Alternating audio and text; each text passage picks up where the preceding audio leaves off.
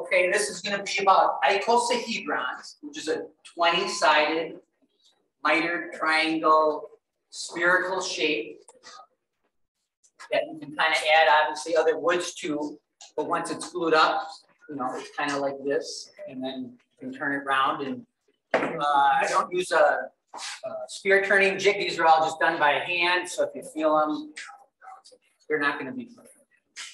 Well, that's okay. And the bases, I kind of use one of the triangles, usually for the base. It's all about the base. That's what that is. So, kind of the key to this is the miter angle. That's got to be absolutely, positively dialed in like perfect.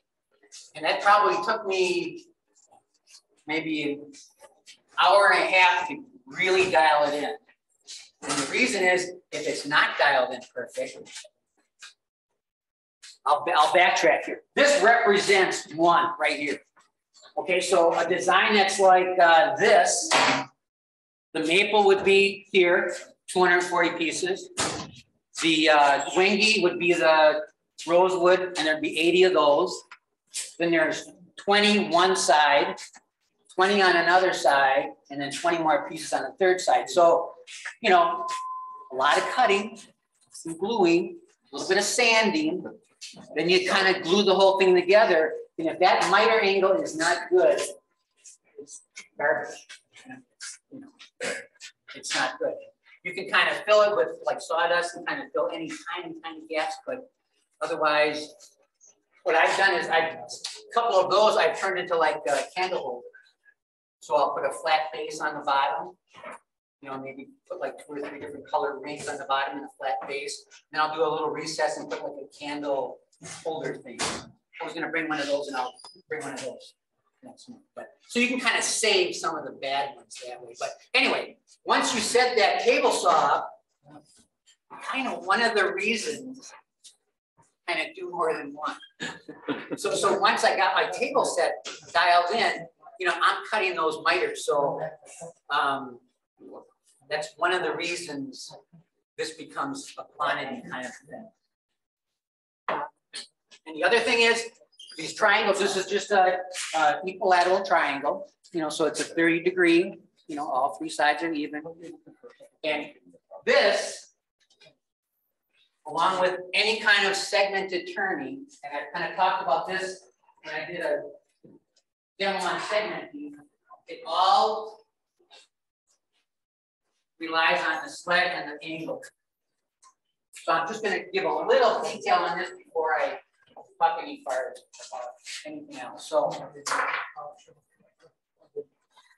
there's, if you kind of go online and YouTube, you're going to see 95% of all segment turning, they all talk about the wedgie sled. Right, and that's like 2 varying fences. A guy named Jerry Bennett kind of came up with this probably maybe 15 years ago or so. And you get wedgies, which are angled things that you put in here and kind of dial in and adjust. And if anybody's into segment, that's what everybody uses. So with that, you need a stop.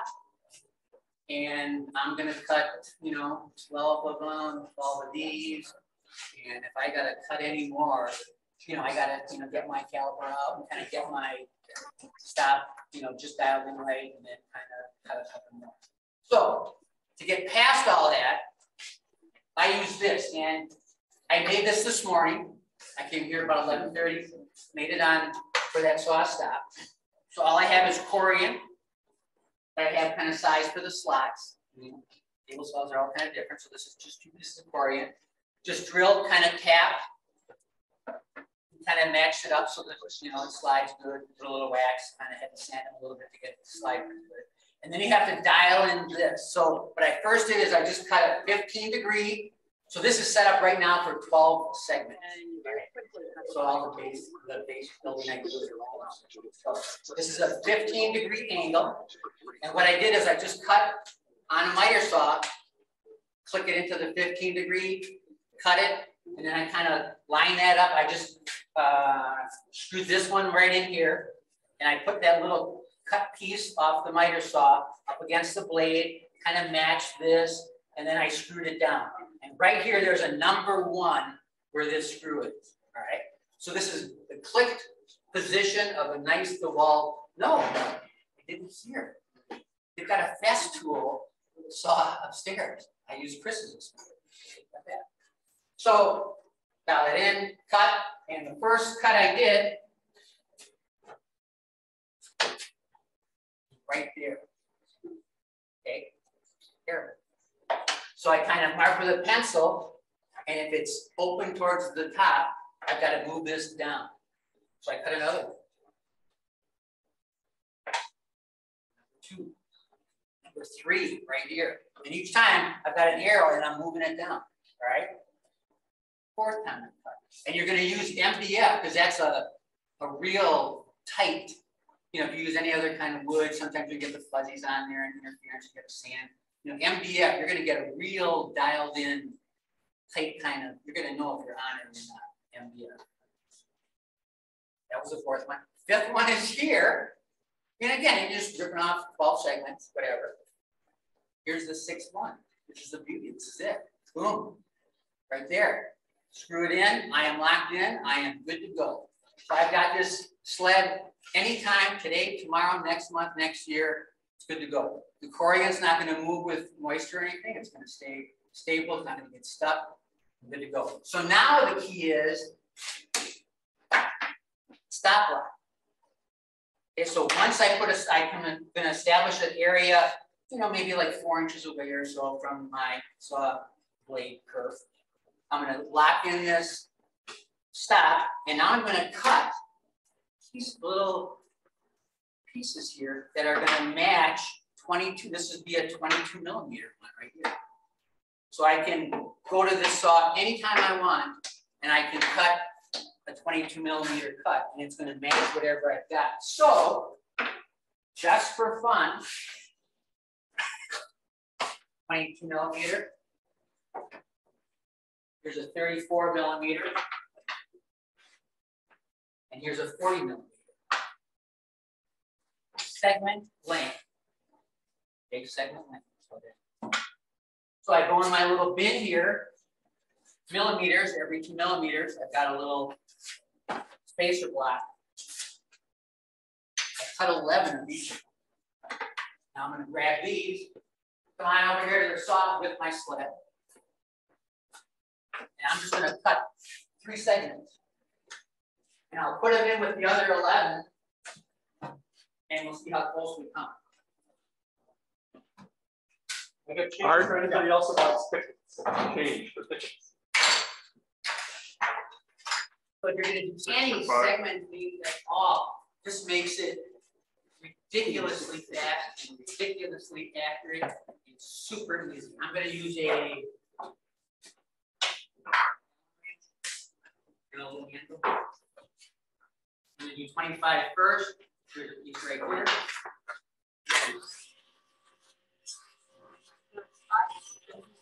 Slide it in.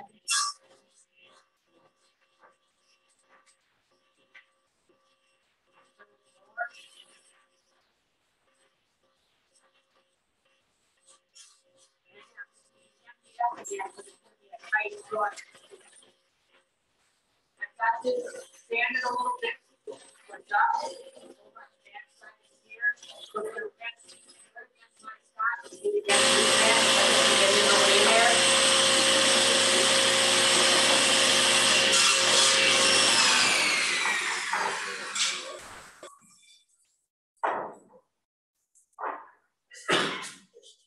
So without this, you know, it's going to take you a ridiculous amount of time just to cut segments for anything. So there they are in here. Here's a 25.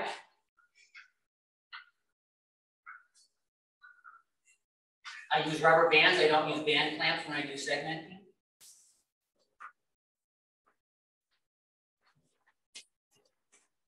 Rubber bands, this size right here is an 84 size.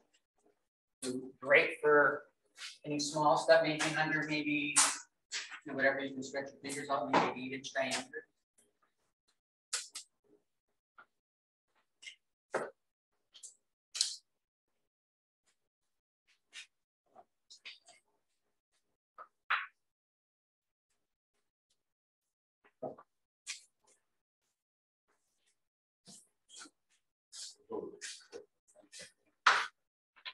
Here's the 34.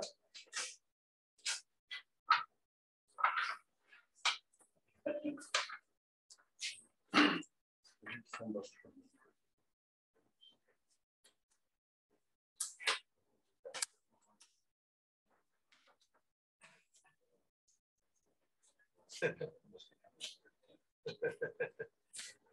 mean, if anybody wants to just pass it around just for fun, just to.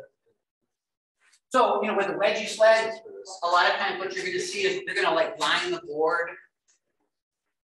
They're going to flip everyone, you know, so there's a line one way, the next one's plane, and try to kind of offset any difference in the sled. You know, I'll cut hundreds or thousands of pieces sometimes, and I'm just going to reach in the bucket, you know, and grab 12 pieces, glue them together. You know what I mean? I don't have to, you know, flip, line up, line down. Blah, blah, blah. Just makes it super easy. And gluing, this isn't near anything big, but let's say you have something bigger. Only put like 10 of them or 11 of them. In fact, here. 2 seconds. Only because segmenting, people get like paralyzed with the cutting and with the gluing and clamping. You know, so I'll stack these boards. Type on original.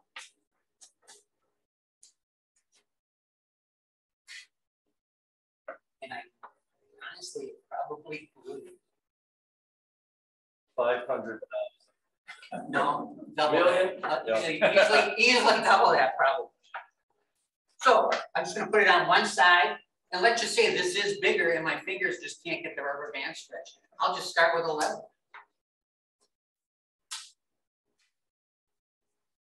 And again, I can even like make this sloppy and messy.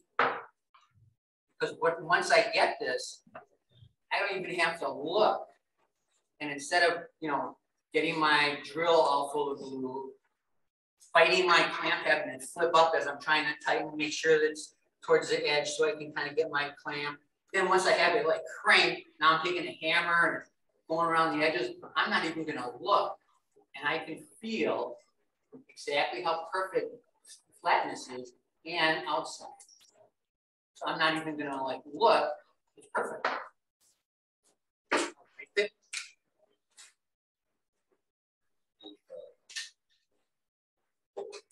And here I'm using Korean, or you just like, you know, any laminate, shelving or whatever.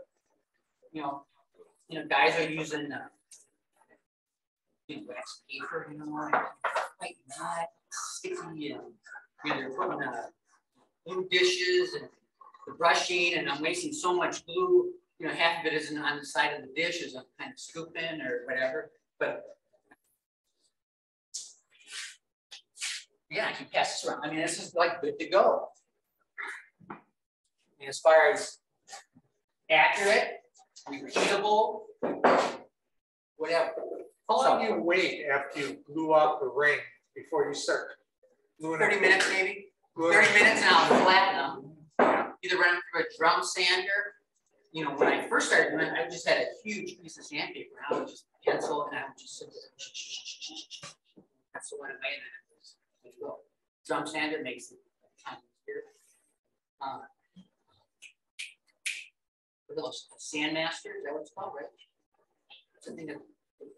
So we have a sand flea. Sand flea, yeah. So it's the sand flea. So the Sandmaster, after I run it through a drum sander, I still always run it through one of those things. So that's just a table with a rotating wheel, and you know, there's another cable on this side, and it's just raised up a little bit, and I just kind of, you know, roll that across. It's called a sand flea or a Sandmaster. It's out of Canada.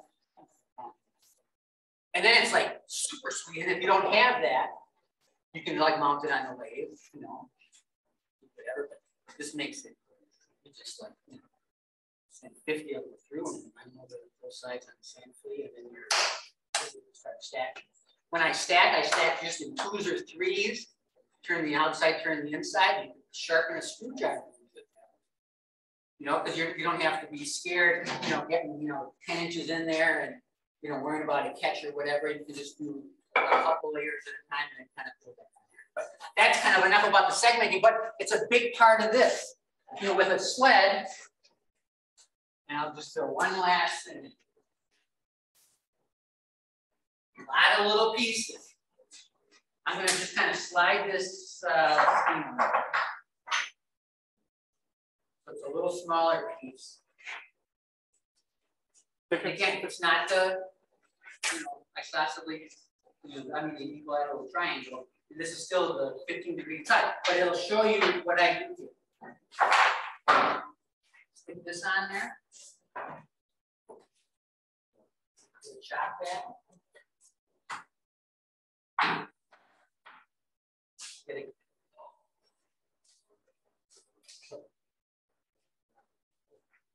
And again, MDF is going to slide as good as any regular wood stock. It's a little stickier, MDF on MDF, but at least get the idea.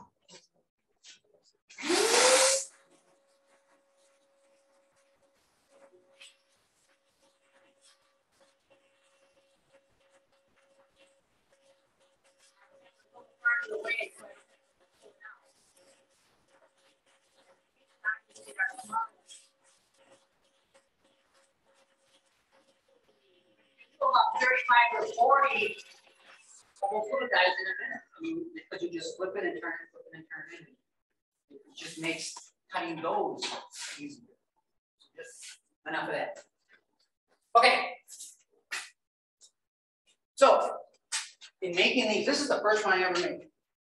In like 2006, Malcolm Tibbetts, if anybody's into the segmenting thing or the world of segmenting, he's like the guy. Probably like the world. He is my hero too. So he was a ski instructor out of Utah, and Google this guy. The stuff he makes is absolutely incredible. He came out with this book on the basics of segmenting. We've got it in the library here. And then 3 years later, actually 2 years later, he started coming out with videos. And I think he's got 7 out right now, maybe 8. The third video he came out with, like in 2009, was a little thing at the end of the last thing he did was hypocyclodrons. The last chapter was hypocyclodrons. So he kind of explains it a little bit. The funny thing is, in that book, on consecutive pages, the angle of the miter is off by a degree. So I don't know if he does that on purpose. So, but I mean, it's crazy. The typo, so it's 20.902 on page 50. On page 51, it's 21. So you know they 0. But anyway, so that's kind of where I first started making them. Then I kind of got that video right after it came out, and this is probably 2009 when I made this one. So it doesn't have all the other stuff. It just has one triangle and one side on each. So pretty easy. All you're cutting is one of these guys, and then I did edges. I didn't bring any with no edges. Because then it's simple. All you're doing is this, miter, glue it, you're done. Once you do glue it together, it's almost impossible. I think maybe it is impossible to get these 20 points perfectly gluing up. You know, just by how you fold it and everything with the rubber bands. So I always plug them in.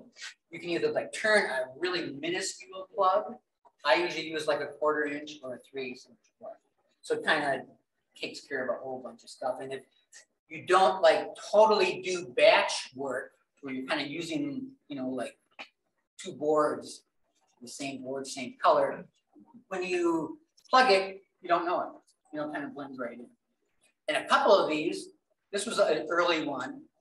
As I drill the holes right here, a little bit of the whatever was left in there. So if you roll this one around, particular. So technically, I would like drill one of these out, wiggle the stuff out of there, or say, yeah, it's a little popcorn in there. It's supposed to be that. But that's what that one that I scrapped. That proves it's not. That's right. Yeah. Yeah, it proves it out. Proves it out. So you can go from here, the next versions I did. So this is another one of those early ones. Just use polyurethane, white pine for the finish. Again, 20 of these, nothing fancy, simple, whatever. Then I added. Now I'm using 4 pieces for the inner triangle, each triangle. Easy, simple. Then after that, it was like, well, you know what? Each of these I can break up, into 4s.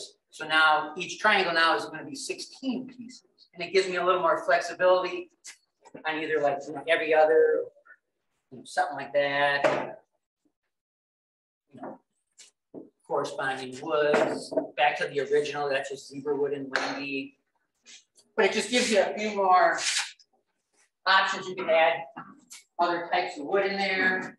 Rosewood, purple heart, actually ebony in the middle, and ruby and long. Yeah, so I think that looks cool. And once you put a finish on it, then it really kind of, spears, balls just kind of feel good. Okay, so enough of that. Put all the pieces. I'll just we'll do 2 real quick. So how do you glue them in one step rather than 2 at a time, then add the 3rd, add the 4th? How do you get the seams perfect? What I did is out of MDF, made duplicate size to my triangles, and then I wrapped them with duct tape.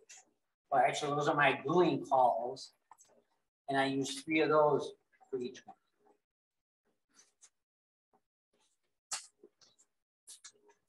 And one of the things with these balls is you're kind of fighting when you do segmented turning. Grain direction is critical. So if you don't pay a close attention to that when you're doing any feature rings or whatever, it looks great today. 2 years from now, you're going to be able to feel that seam. You've got cross grain. That's like the big thing with segmented turning. Anytime you can get away from end grain, side grain, everything can be the same. Even when you laminate, thin layers.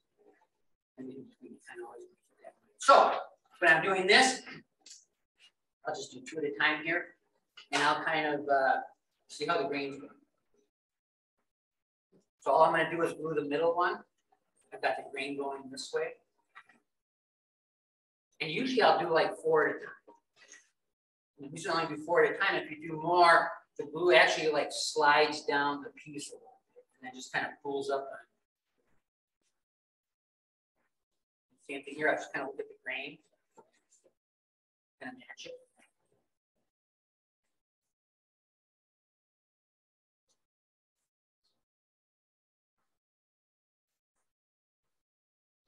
And not very exciting. So once it's there, then I'll kind of squeeze it and kind of move it around, usually move it out of wherever it was. Now I have 6 points of contact for the rubber band. So it really pulls that joint together. I'll use that same size rubber band, the 84s there. I'll double it up. And one thing, if you use rubber bands, try not to leave them on overnight. Usually after an hour, take off the rubber bands. Otherwise, these babies are going to dry out, get brittle, and next time you use it, it's going to extend. So if you want to get longer life out of your clamps, rubber bands. So I'll put a double around, and then I'll sneak one off and triple. Like the bottom, flatten the side. That baby is tight. That is good to go. You see that kind of? So you can just tell, that's a tight. That is very, very tight.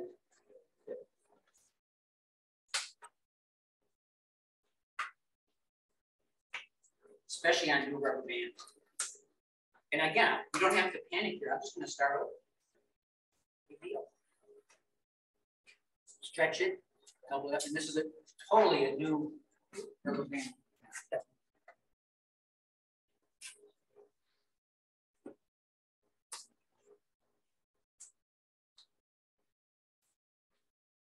So seriously, you know, to cut the pieces, you know, it might be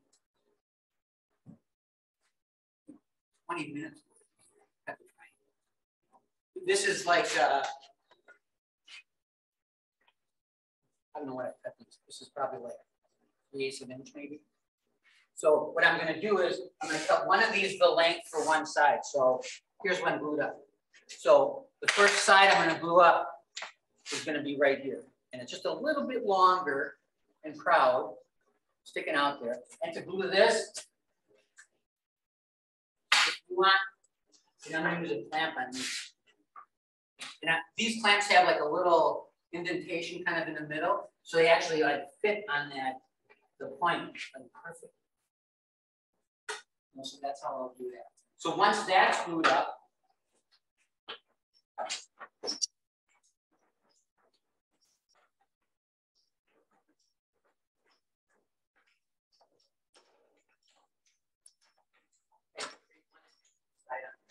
all I'll do is I'll go on the sander, and this is going to be your friend doing this project. Once I get these, once you get 4 of these,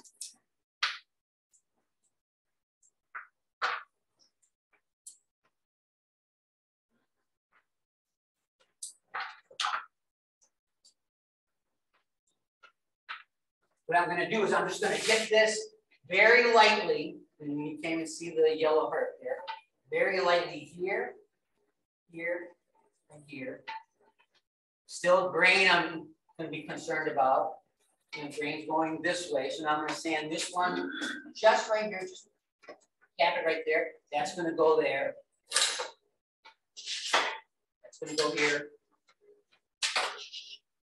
That's going to go there. Just light sand, just delicately light sand. Now, once I have that, now it's bigger one, same size as these guys are what these are. But again, it gives me that pressure point for the glue job.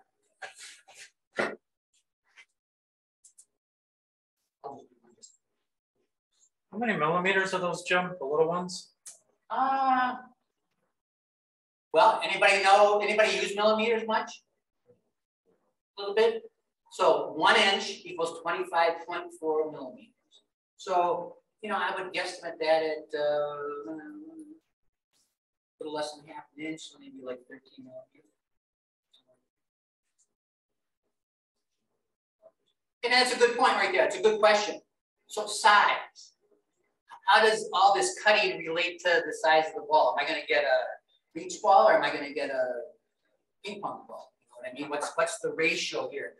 The angle of the finished triangle, I mean the length of the finished triangle, the ratio is about 1.5 times. So if you want a 4.5 inch diameter ball, okay, I'm going to have a 3 inch total distance triangle. And that, you know, within millimeters, that's what I'm going to come up with. Okay, so just something to kind of consider. So, you know, you're going to plan for, you know, 3 of these guys, 1 of these on each end, and kind of come up with whatever you're doing. So these are all pretty much outside of a couple of these little guys, kind of the same pretty much size. So what are those? 4.5 inches, maybe 5 inches at the most. Anything over like 5.5 or 6 inches, that thing about the grain direction starts coming into play more. So you're usually never going to see these any bigger. That's fine. You don't want. You might kind of start having problems. So you want to keep them size-wise, somewhere in that ballpark. Okay, so that's the gluing. So again, once this is dry, then, and again, you're maybe a half hour. Then what do I have? Well, it's going to be the same same deal. Let's make believe that's not on there. I'm just going to lightly take these 4 and just kiss it a little bit, and then I'm going to put 1 edge on. See, and these other 2 aren't sanded. Oh, this one isn't. I have this actually ready for a second. Already sanded. You can see the lines a little bit, but still, that's not going to be noticeable. You know, once I glue on that next one. Same thing. Dry. Same clamping situation. I'm just gonna smooch that a little bit, get that perfect, get this perfect, and then I'll put the third one. Same thing. Now I'm gonna get my train. Okay. So sort of sounds like a lot, but it sounds like it is. But once you get a couple of these guys, you can kind of rip off these things, just sit and watch them complete. So you've got these. Now comes the critical part with this. You've got to dial in that saw blade. I was going to bring a Fixie gauge. I actually have a really nice Powermatic saw, and it's got the digital readout.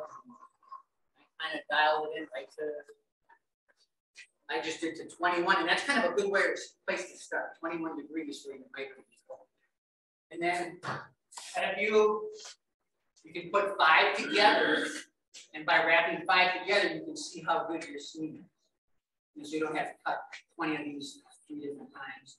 5, you wrap them with duct tape, see if they're good, tweak it, see if they're good. And like I say, it probably took an hour and a half to get that baby dialed. Once it's dialed in, goes off to the races. I got a fan set up right here. I got my dust collection here. The dust is going out into the driveway. It's a pretty slick operation. So what you need a sled, a 60-degree little trap sled for your triangle. Okay. So now picture your. Well, I won't change it to maybe that's 1,000 just perfect. Let's say that I've got my miter angle at 20 degrees. I'm going to slide this over. So I just barely kiss the top edge as I cut. Right, so let's just say it's right there. Lock it in. I've got that first mitered angle. I'm going to do all 20 plus usually like 1 or 2 in case one's kind of bad, or I'm going to have one extra one for the base. You're usually doing 22-ish when you're kind of doing it. So I'm going to do all the first sides of all 22 of them. And after I do that first side, I actually like flip it to where I'm going to cut next and put it up next and stop. Now after I have all 22 there, now I can just grab, and now I know I'm going to cut this side. And all I'm going to do is bump this over, I mean, not even a 16th of an inch. Clamp that side back in, cut, and that's going to just barely hit the top side. Okay, same deal. Flip, 22. Now I'm going to do the third side. Same thing. Flip over just a nibble. Cut, and now the third cut gets them all perfect in the same.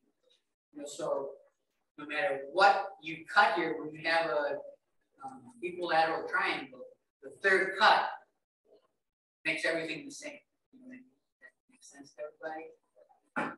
You know, if I cut it right here, it's still an equilateral triangle because all these sides are the same. If I cut it here, it's still the same. So you're never changing the size. Okay, we're all done. And again, once you're set up, you crank it, you're going.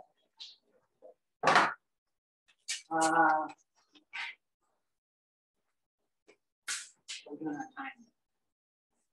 Turn your way. Okay.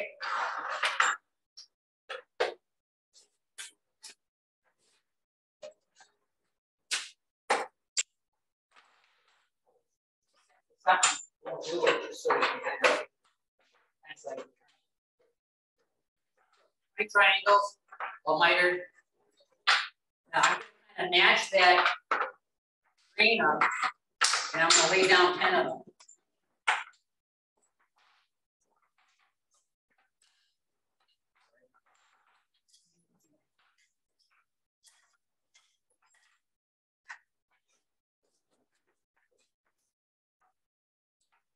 Give myself a little straight edge here to kind of line them up. Pretty good.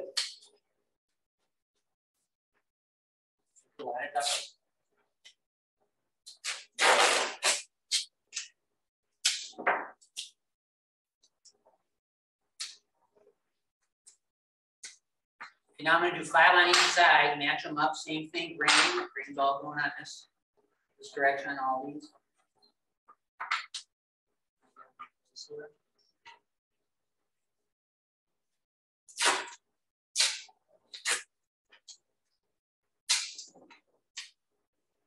Just put one piece.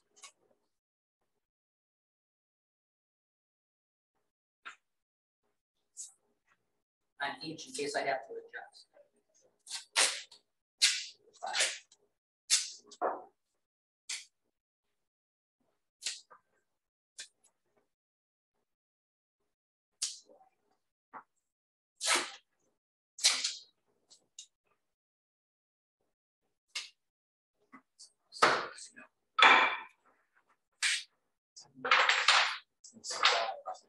Same thing, grain. At this point, you hope you're not one short, but even if you are, you can kind of sneak up and actually duplicate another one.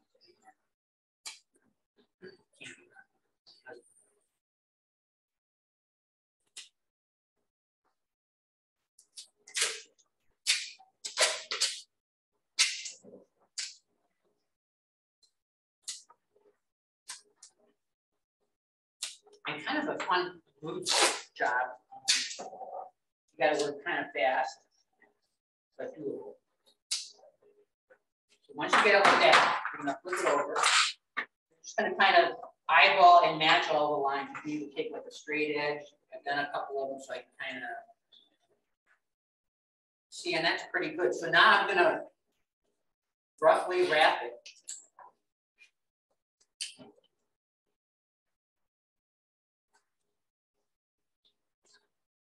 And usually, if I'm going to actually glue this,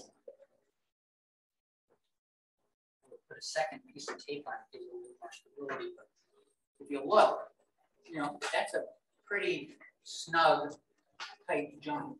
Okay, so once I get it like that, I'm going to take 3 rubber bands. I have 6 different faces.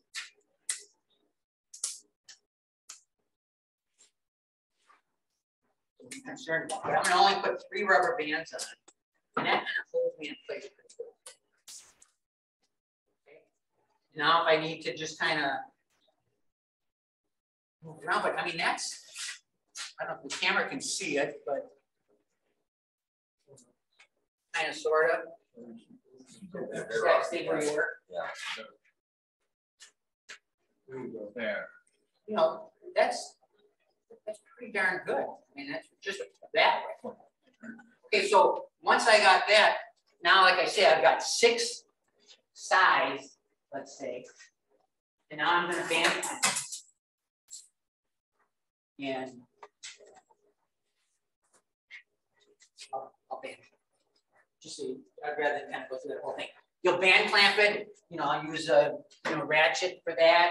Get it loosely tight, and then after that, I'll hand crank it after that. And there's going to be a lot of glue squeeze out. And again, as you're doing the glue job, when that's all spread out like that, you know, you're just going to kind of get every side, take the glue brush, and just, you know, brush it all in and mix it around. You know, it doesn't take long.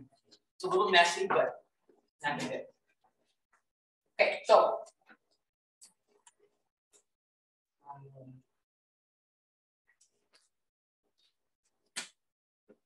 these I leave sit overnight, and it's amazing. You know, I've got, oh, one of the little fine tuning here. I was talking about, you know, plugging these holes.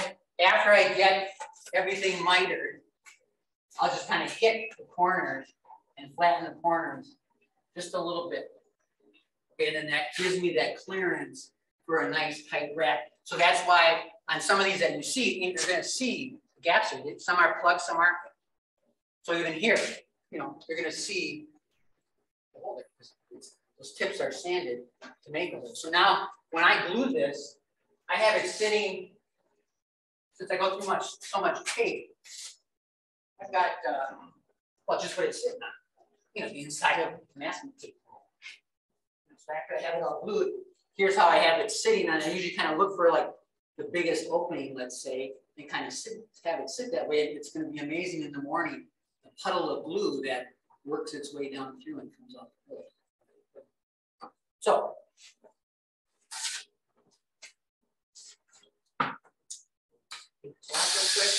And again, I let them definitely go overnight.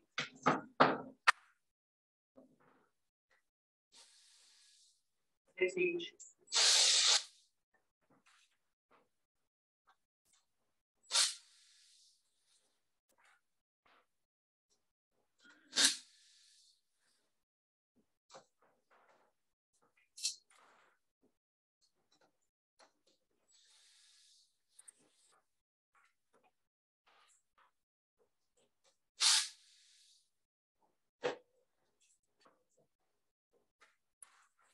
Rubber bands get trashed, but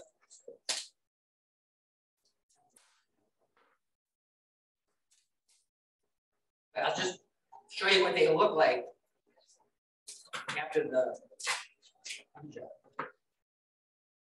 Any questions on anything? Still using type bond for that? Yep, Pipeline Original, yep. And it gives you plenty of time to, you know, move, adjust, whatever.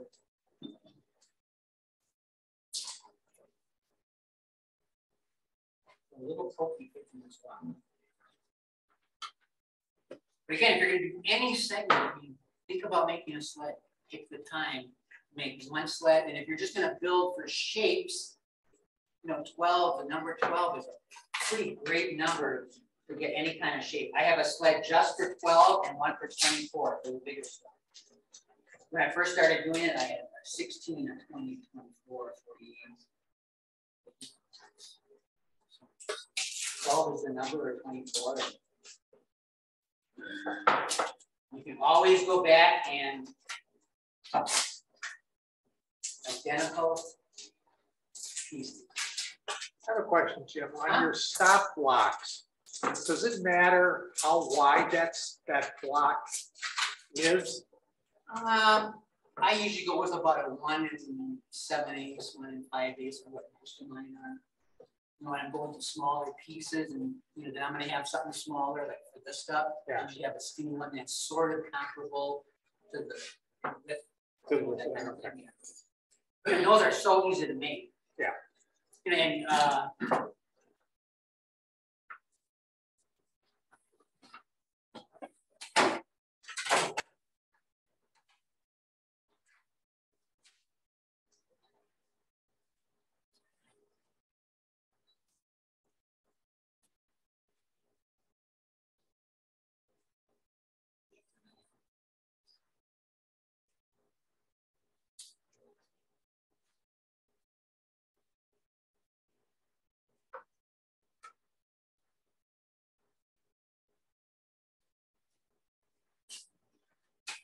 25 millimeters. Pick up on that. 25. So I mean, it's still on the number.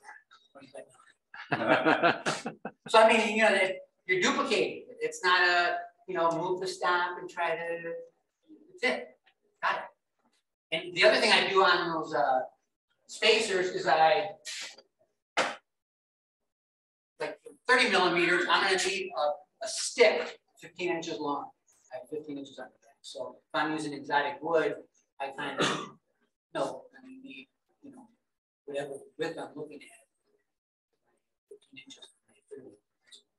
So it kind of is another. I was going to say one.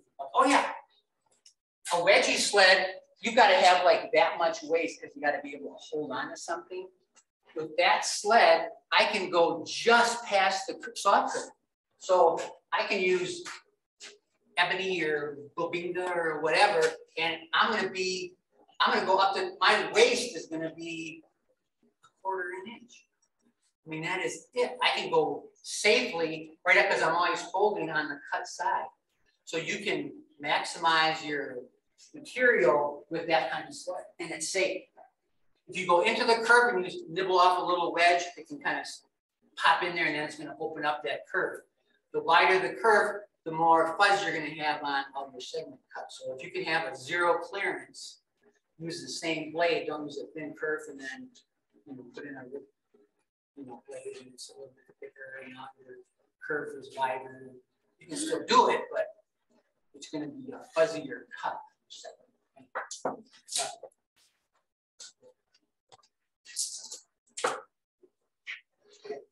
Okay, so I'll just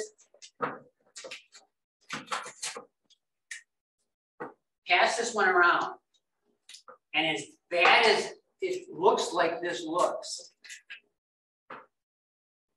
this is more than fine. But just so you can kind of see, and this I did parallel size. I kind of could have, but I had enough parallel space to at least make good miter cuts. So even where it's like raised here, it's like, what the heck kind of good job is that? Once I have this, I go on a sander, and fortunately, like the West Dallas Woodworkers probably got a 20-inch sander, and all I do is I crank on this like that on all these edges. And once I do that, that's what all these. That was what I did with all these. So that's how good they come out after looking like this. They look like crap. But here, once you just do that on all the sides, this is pick out any one. I mean, they all looked like this or worse, and they're pretty good. So I'll just pass this around to show you that it's considered good, even though it looks terrible. Because once you sand, and again, the other thing real quick here is the stock size, the thickness. Because you're kind of turning around, you want to make sure I use, at least like 3/4 of an inch. You get too thin. Well, now when I start turning, now, am I going to go through the wall? Or am I going to do it? So, I hit enough.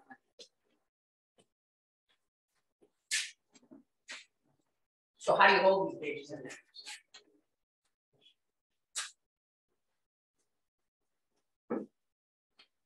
You can make cup centers out of anything. I just got some plastic from, it's called reliable or something. It's off of some plastics, walking plastics, or they have like scrap in like the area. Oh, Midland Plastics? What's it called? Midland Plastics? Yes, Midland, yeah. Yep. And then in the industrial park there, their front showroom has like cutoffs and whatever. And it's inexpensive and get whatever you need. So, you don't have one of these for your lathe, think about getting one. So, a live tail adapter that's going to match whatever chuck you have. And I can use this for, let's say I turn a bowl here. Now I kind of want to reverse it, whether I'm going to put it in the donut chuck or for whatever reason. I can just leave it on the chuck, screw it onto here, and then it's already centered onto whatever I'm putting it against. You know what I mean? Does that make sense to everybody?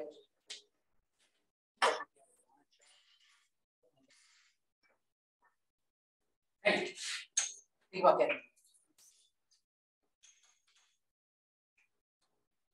And I know everybody knows this, but if you look here, there might be like 1 millimeter left space-wise.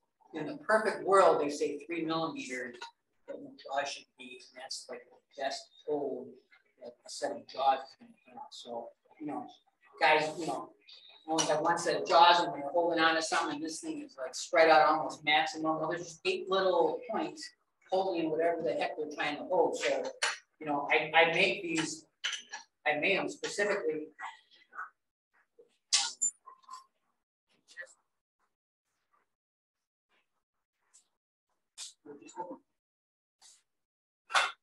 Just barely fit in. It's a chuck. Put in your what I've been hoping to get. Hold on, hang on.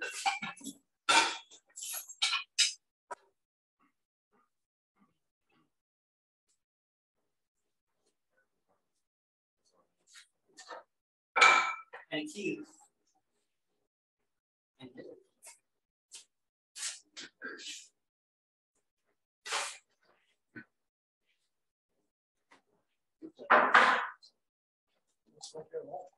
right. Yeah. Got it. Okay.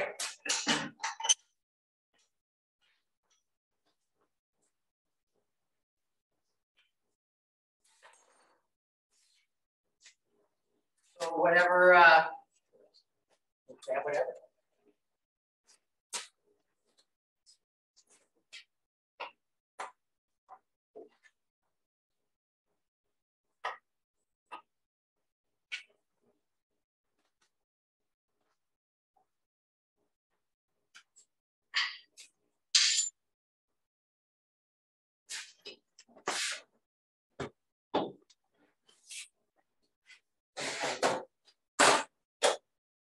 Pretty much, I'm going to turn these over. Now you have two of us.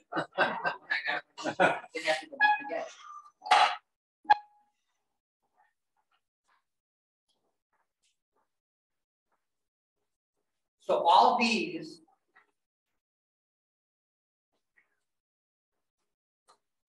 so I'm gonna have to show my bulk out, just kind of cutting on center.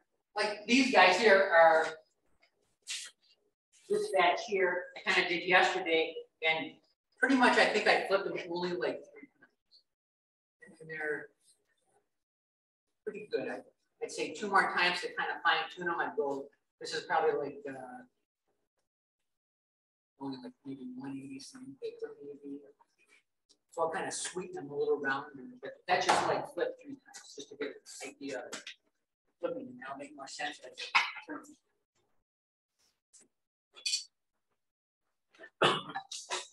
So I have 3 bulk outs, kind of all the same, so I don't have to be switching around, stepping them on.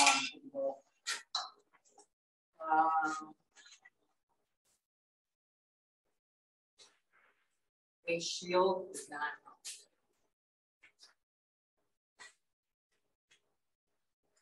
Glasses up. So this isn't going anywhere. Speed wise, if anybody's turned any round anything, there's a shadow effect that you can get. And like when I do this at home, I have all the lights out and I just have one light like right here. Spotlight right there, and you can see that shadow real good. So you'll be able, can you kind of see that now on the, yeah, I mean, just looking on the screen, I can like see the ball inside of that. So all I'm going to do is kind of turn that away. So I'll kind of go both ways. I'll just kind of turn it on inside and more like a little kind of a shear cut. And all I'm going to do is kind of get past not serious. Now just do this left side first.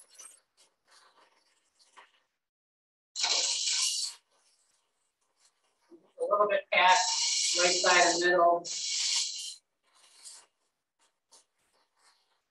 You can tell by sound.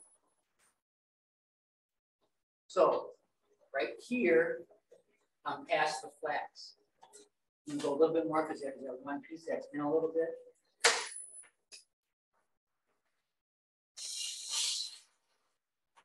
So handles down a little bit, you know, flue is open. I'm kind of just catching obviously the bottom there a little bit, and I'm just gonna more of a shear cut.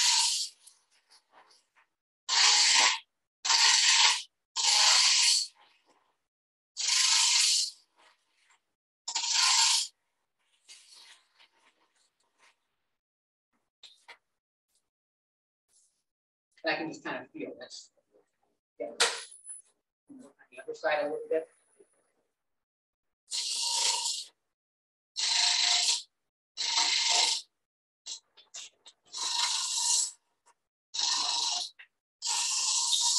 So I can either do kind of like this push cut and kind of use my body a little bit.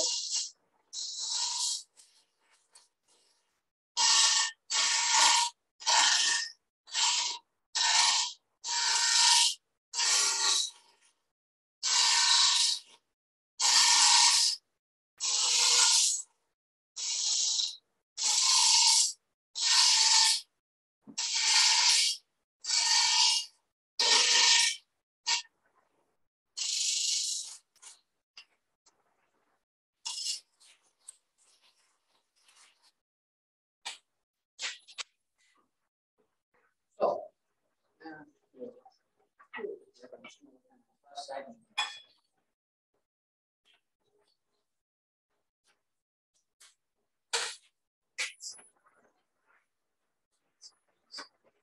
and using it on a table or something, I can go in both directions and kind of feel the surface.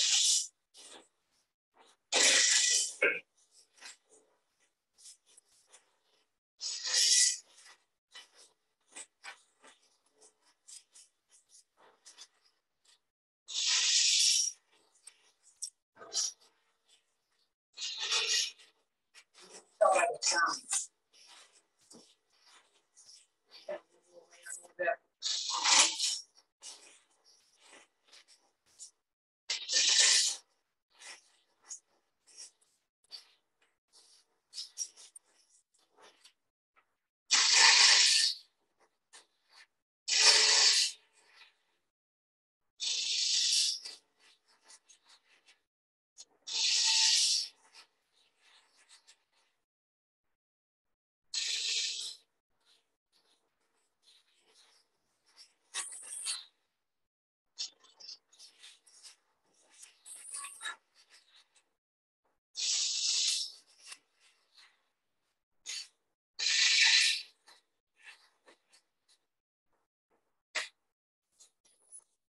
And that feels pretty good already. Yeah.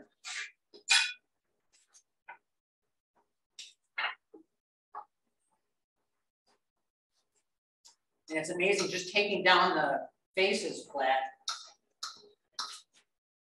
Kind of gives you the shape you're after. And you can even like see on the screen. It's taking shape. You can see, and you can see the shadow right here.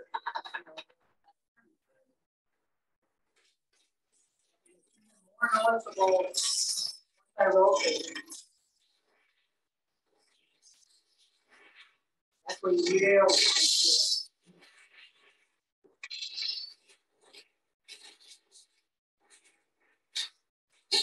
And wood like purple hard and windy are kind of real chippy. So you definitely want a super sharp tool.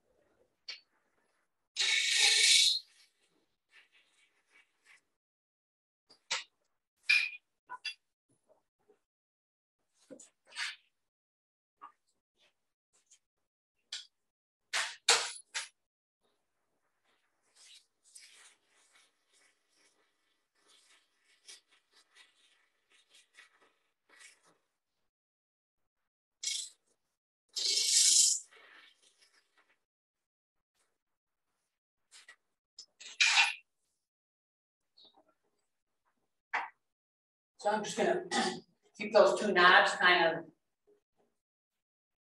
same plane there.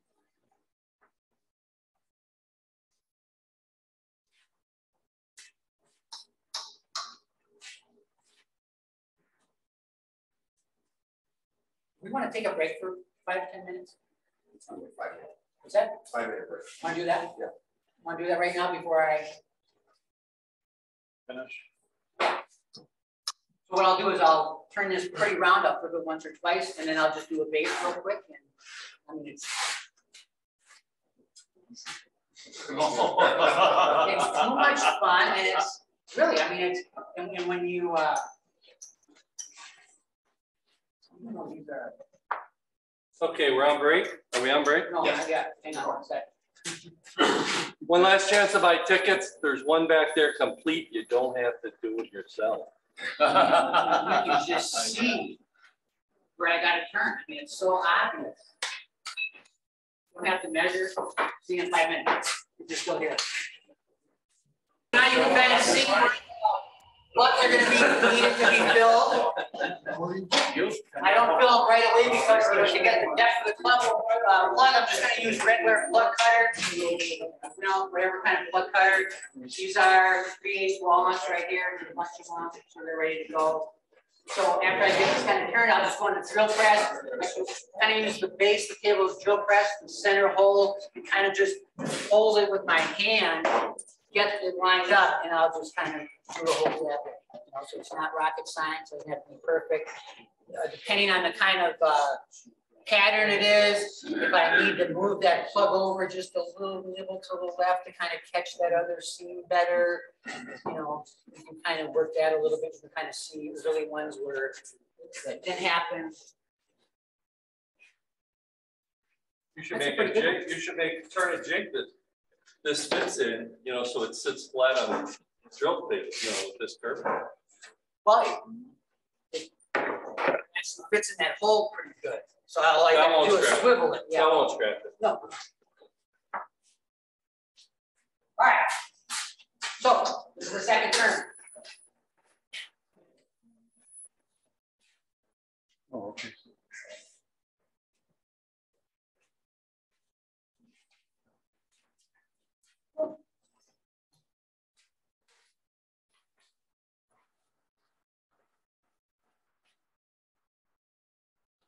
All I'm going to do is get rid of the shadow. Same deal. I'm going to go left side first.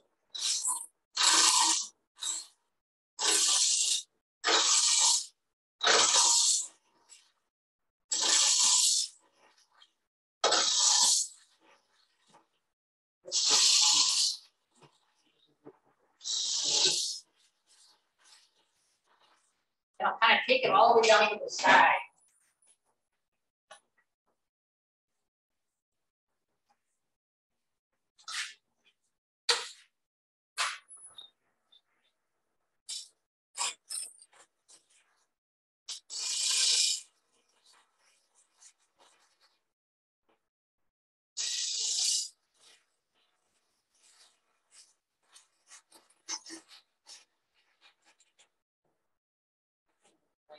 Right here.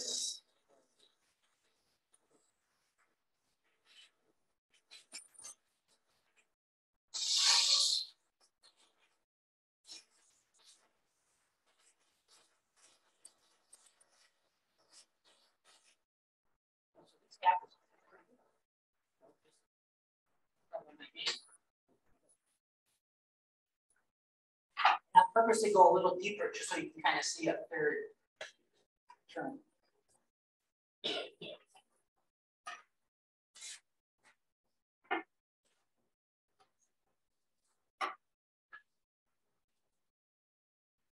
Again, this is where that 3/4 inch thickness comes in handy. If I only had a 1/2 inch or less, where exactly am I? How much wall thickness do I have? And again, with that shear stroke, I can kind of go back and forth and kind of feel the curve.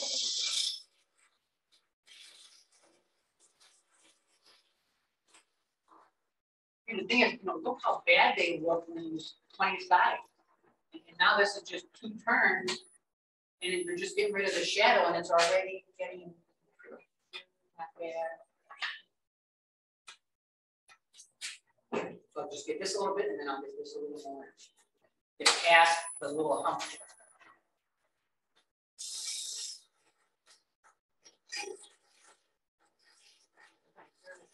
Around a little bit.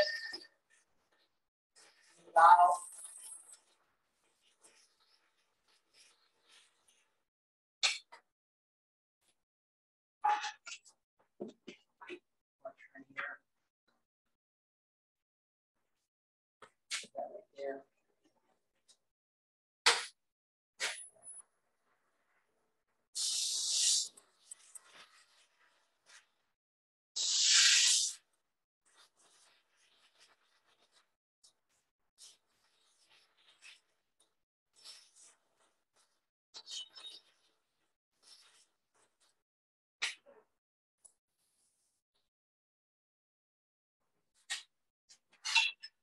I'll just do it one more time.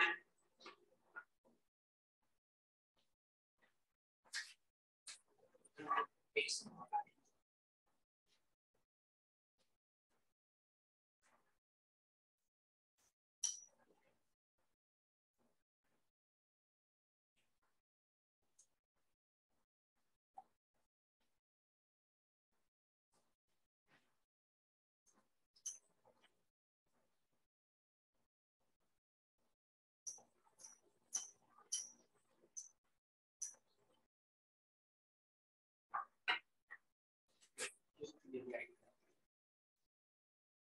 Snug, but I'm not squishing it, so I'm going to break the. So you can kind of tell right here is where, you know, that was sitting right here. That's this part right here. See what it is there? That's what I'll get off, and then that's going to be, yep. Then that's going to be ready to be drilled.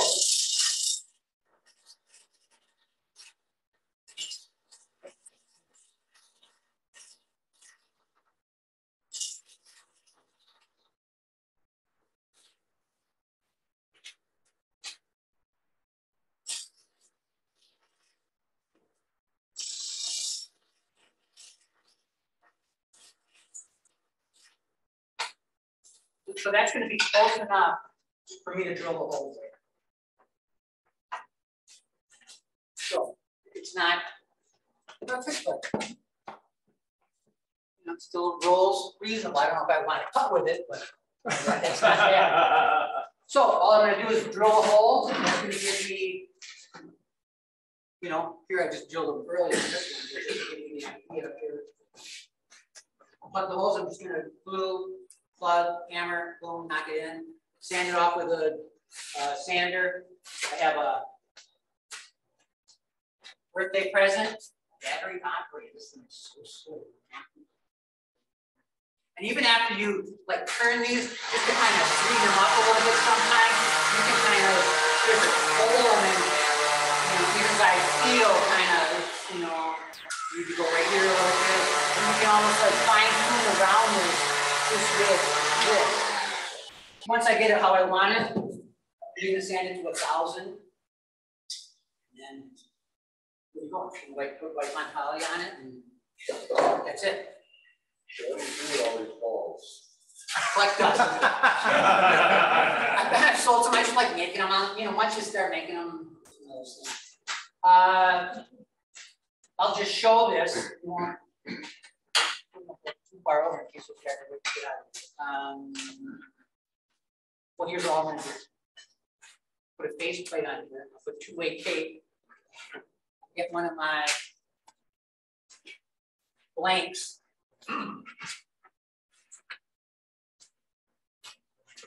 I'll take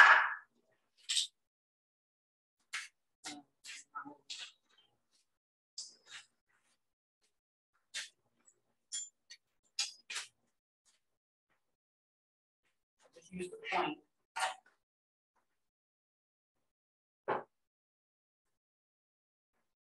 I get it centered a little better.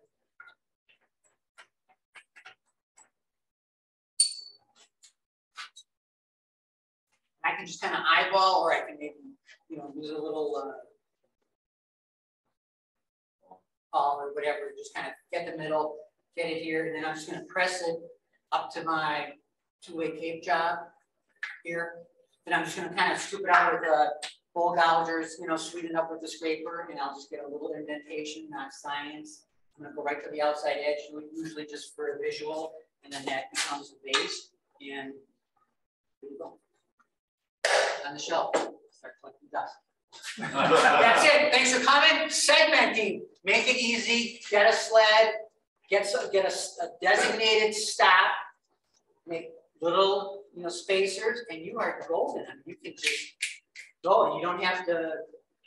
Well, you can do it any way you want, but there's a lot of easier ways than when you watch on YouTube how to do it. So, Ron, if you need to say a few things. Thanks for coming, everybody.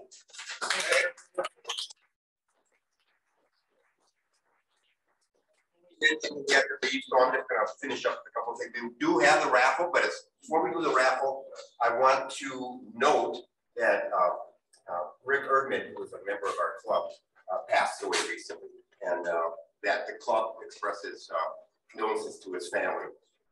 There is a service this Friday at St. Jerome's Catholic Church in O'Connell. That was noted, I think, on an email that went out.